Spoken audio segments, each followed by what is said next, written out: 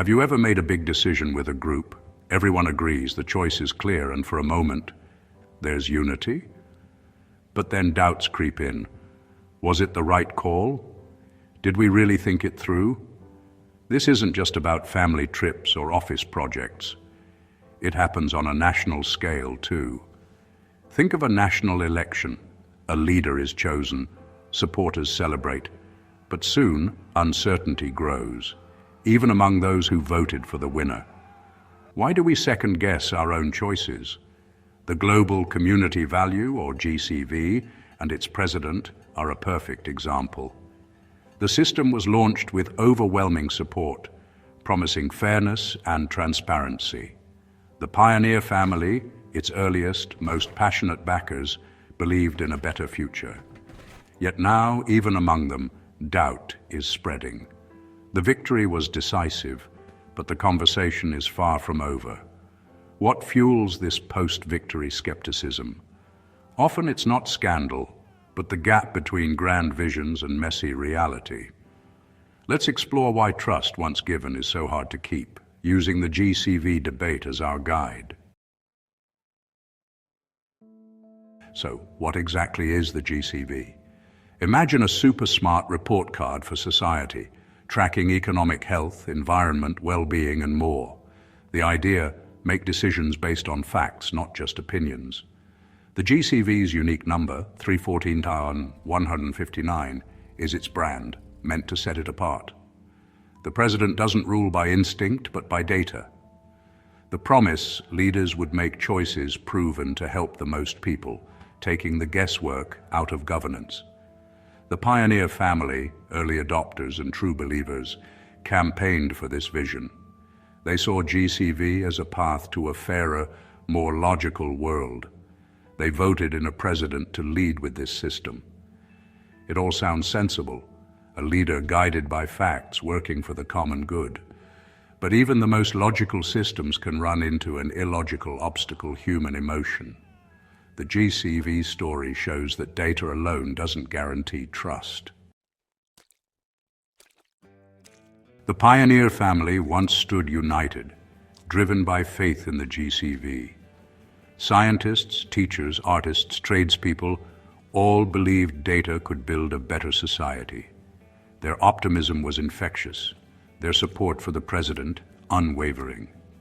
But cracks appeared. Quiet doubts surfaced in meetings and online forums. The system they built felt distant, abstract, less personal than they'd hoped. The president, once a champion, now seemed more like a manager. The division wasn't about GCV's goals, but about feeling overlooked. Some felt the system missed the unique stories of their neighborhoods. Others felt powerless, as if the system now ran itself beyond their influence. The very tool meant to empower now felt like an authority they couldn't question. Their unity was forged in the fight for change, but living with that change proved more complicated. The real divide? Not facts, but feelings, of being unheard, of losing control, of growing distant from their chosen leader. On paper, the GCV president's first term was a triumph.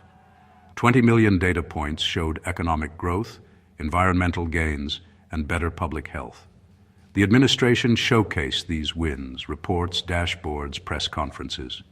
"Look at the data," they said. "The numbers don't lie." For many, this was proof enough. The system worked.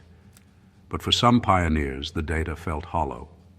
Charts showed prosperity, but their local shops still closed. Reports said well-being was up, but anxiety lingered. The big picture looked great, but the details of daily life didn't always match. This is the paradox: overwhelming success, yet persistent doubt. The data proved macro-level progress, but couldn't erase individual feelings of being left behind. For skeptics, the celebration of numbers felt like dismissal of their concerns. The data became a wall, not a bridge. Instead of uniting, 4 years of wins deepened the divide between those who trusted the numbers and those who trusted their own eyes. Why do we doubt good news, even when the facts are clear? Because we're not machines. We're emotional beings. Trust is built on more than data. It needs human connection. Imagine a doctor gives you a clean bill of health but barely looks at you. The facts say you're fine, but you still feel uneasy. That's the GCV president's challenge. Plenty of facts, but a shortage of feelings. Doubters don't think the data is fake.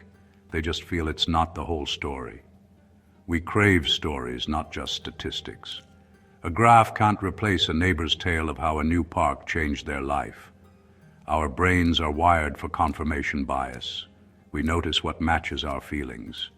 If someone feels the system is cold, they'll focus on stories that confirm it, ignoring broader successes.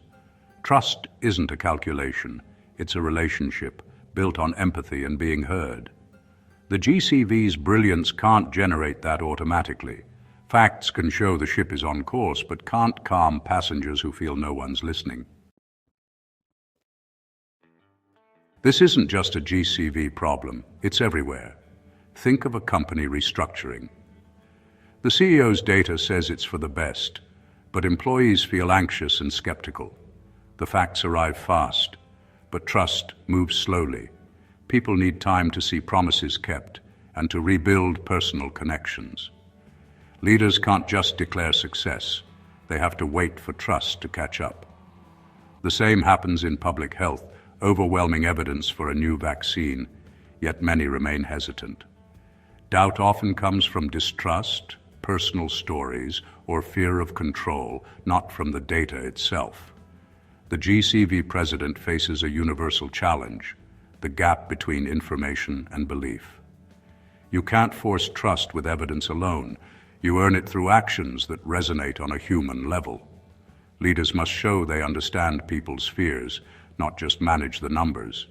The slow train of trust can't be rushed. It needs patience, consistency, and real connection.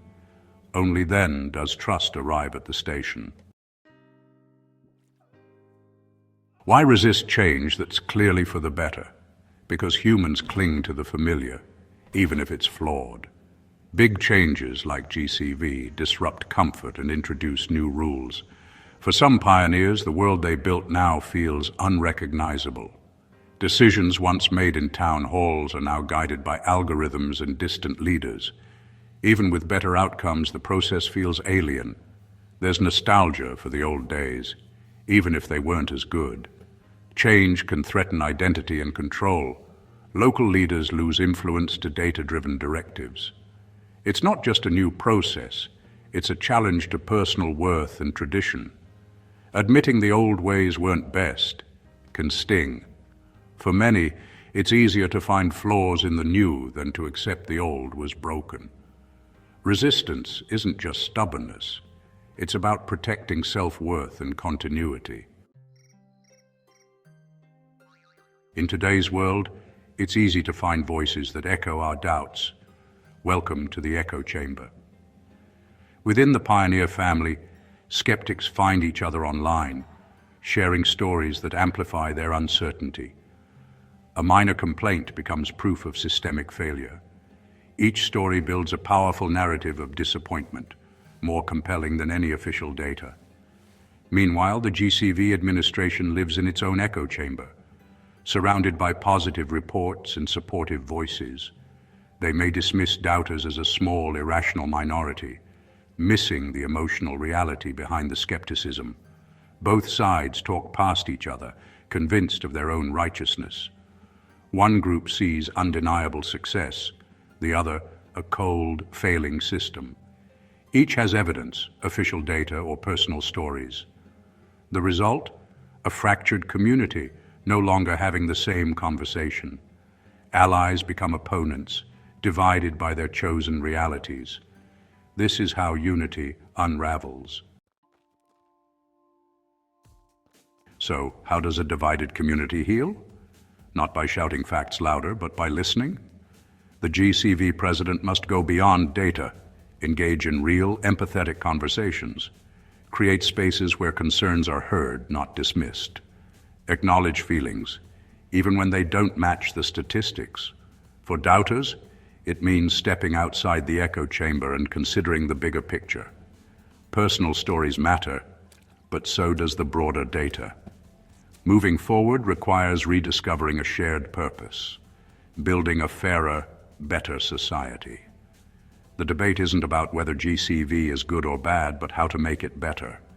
Trust is rebuilt through collaboration, not just proof. Only by building that bridge together can a divided community move forward.